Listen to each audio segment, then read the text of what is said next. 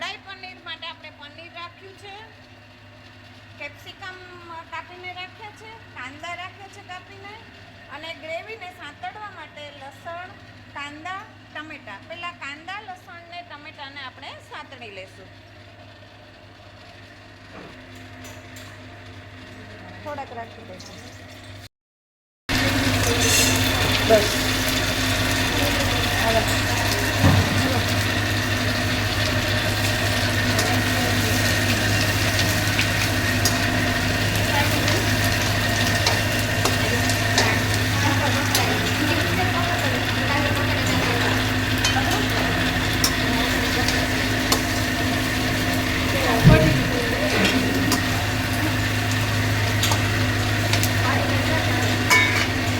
હવે મરચી ને આદુ લાવતું.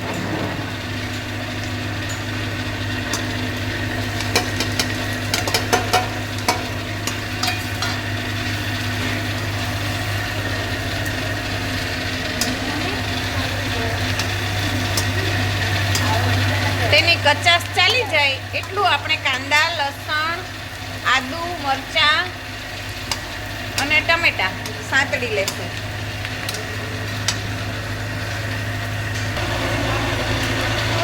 કાંદા ને ટમેટાની આપણે સાંતળી લીધા છે. હવે આપણે ઠંડુ કરવા મૂકશું ને ત્યાર પછી આપણે એમની ગ્રેવી બનાવશું.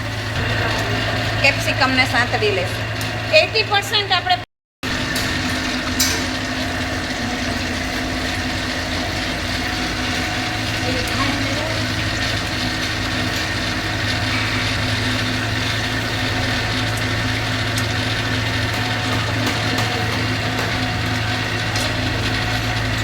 એમ ન કરાય બેટા, ભાંગી જાય.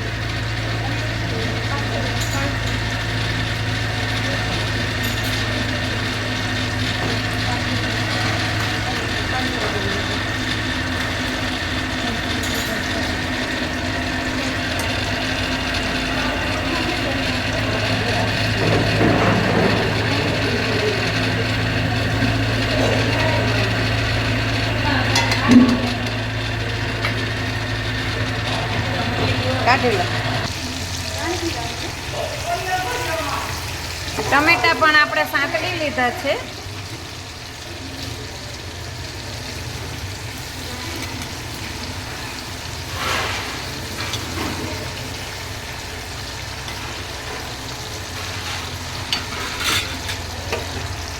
પનીરને આપણે ગરમ પાણીમાં નાખી દઈશું જેથી કરીને એકદમ સોફ્ટ થઈ જાય.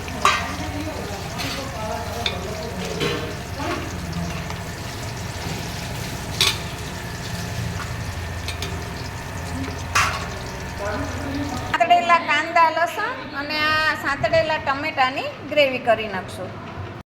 વિદ્યાર્થીનીઓ સાંતળેલા કાંદા ટમેટાની હવે ગ્રેવી બનાવે છે. હવે બનાવશું આપણે કાજુ. કાજુને પલાળી દીધા છે.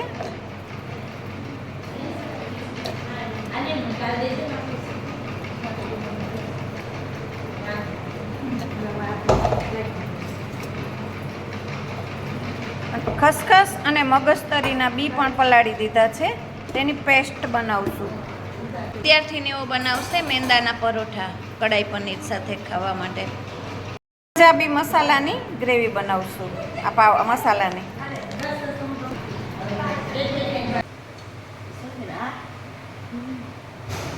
નથી.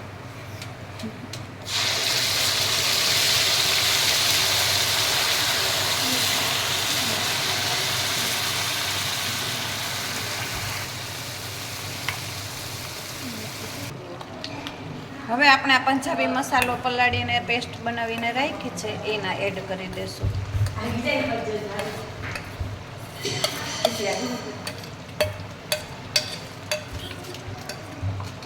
હવે આપણે આ કાજુ, મગજતરીના બી, ખસખસની પેસ્ટ એડ કરશું.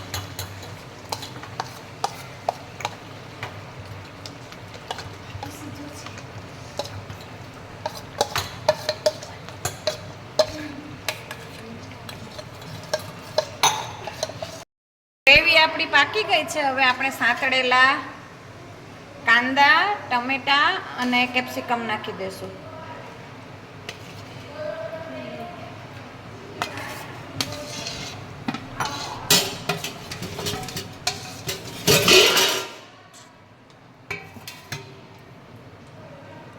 પનીર આપણે સાંતળી અને ગરમ પાણીમાં બોળી રાખ્યું હતું.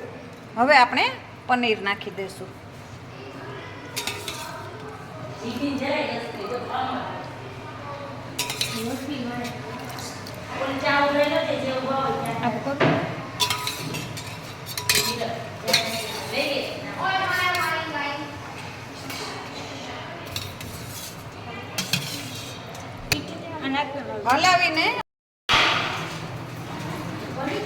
હલાવીને આપણે હવે બધું મિક્સ કરી દીધું છે. હવે આપણે એને પાકવા દઈશું. આવશે પરોઠા.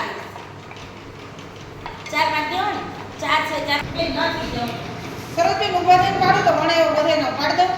ત્રણેય છોકરી